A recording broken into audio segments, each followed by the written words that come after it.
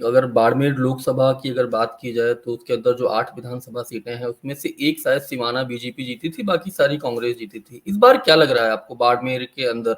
और शायद यही कारण है कि प्रधानमंत्री नरेंद्र मोदी आज उन्होंने सभा को संबोधित किया है, या हमारे जो उत्तर प्रदेश के मुख्यमंत्री योगी आदित्यनाथ भी वहां पर आने वाले हैं। आपको क्या लग रहा है ओवरऑल अगर बात की जाए तो कितनी सीटों पर किसको बढ़त मिलने वाली है इस बार? देखिए, पार्टियां अपने अपने दावे कर रही है। हर पार्टी को ये लगता है कि उनका जो जमीन पर चुनावी एक तरीके से जो लड़ाई वो लड़ रहे हैं उसमें वो सफल होंगे।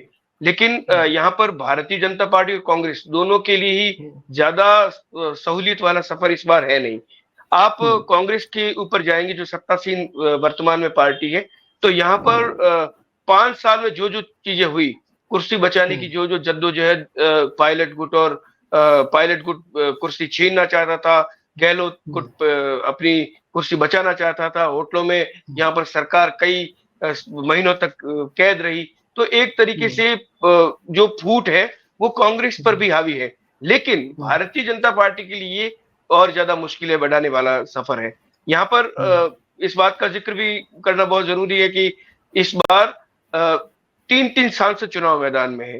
भारतीय जनता पार्टी की 2-2 पूर्व विधायक और जिलाध्यक्ष रह चुके लोग बागी बन के राष्ट्रीय लोकतांत्रिक पार्टी जो आरएलपी हनुमान बेनीवाल की यहाँ पर एक पार्टी है जो राजस्थान के कुछ इलाकों में अपना वर्चस्व रखती है, वहां से वो भाजपा के नेता टिकट लाके भाजपा के खिलाफ ही चुनाव लड़ रहे हैं।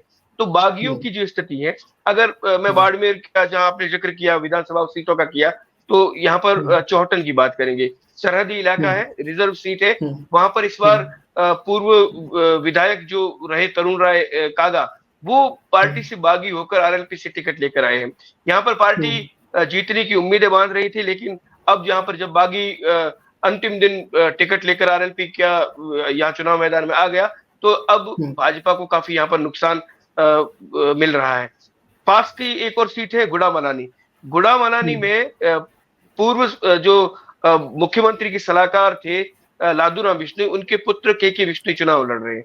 और इनके सामने भारतीय जनता पार्टी में 2014 में जसवंत सिंह की टिकट काटने के बाद जिस कर्नल सोनाराम को उनकी जगह टिकट दी गई थी और एक संस्थापक सदस्य की टिकट काट दी गई थी, वही व्यक्ति 2023 में वापस कांग्रेस में आ गया और भाजपा के खिलाफ चुनाव लड़ रहे हैं।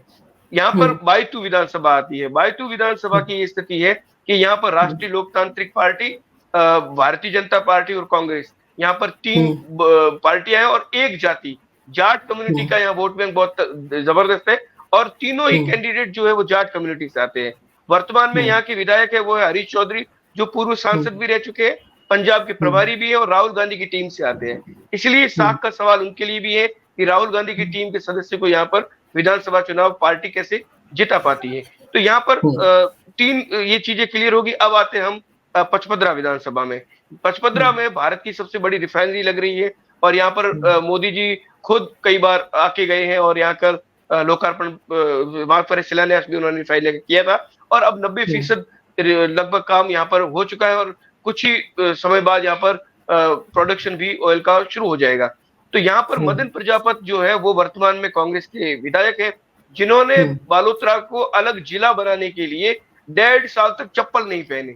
आप ये देखिए कि एक जिद, एक संघर्ष कि गर्मी के दिनों में डामर की सड़कों पर वो बिना चप्पलों के घूमते थे, अशोक गहलोत को ये एहसास दिलाने के लिए कि गहलोत साहब हम जिला बनाने के लिए काबिल है और हमारे इलाके को जिला बनाया जाए। तो इस बार गहलोत साहब ने जिलों की जो बहुत बड़ी एक पिटारा खोला, उस पर बालोतरा को जिला बना दिया।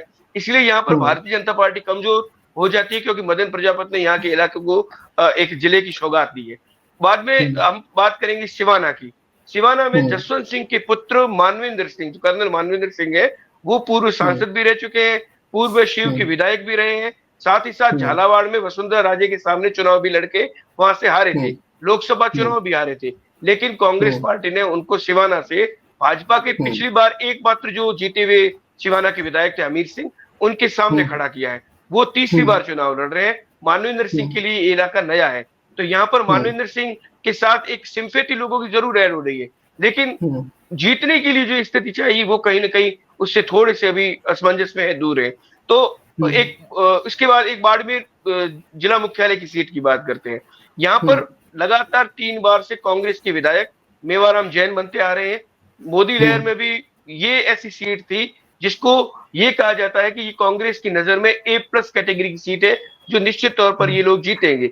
और भाजपा के लिए ये D कैटेगरी की सीट है, जहां पर भाजपा लगातार हारी है और आज दिन तक आजादी के अब तक इतने साल में जितने भी चुनाव हुए, भाजपा का सिर्फ एकमात्र जो विधायक बना था वो 2003 में बना था, तगाराम चौधरी।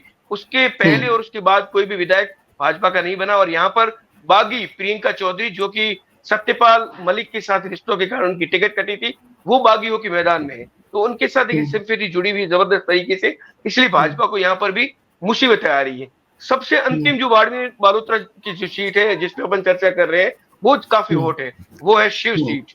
शिव सीट इस बार बड़ी दिलचस्प है। शैलेंद्र जी, आप ये सोचिए कि बाड़मेर की एक ऐसी सीट जिसपे जयपुर, दिल्ली और नागपुर तक नजरें जमाए हुए हैं।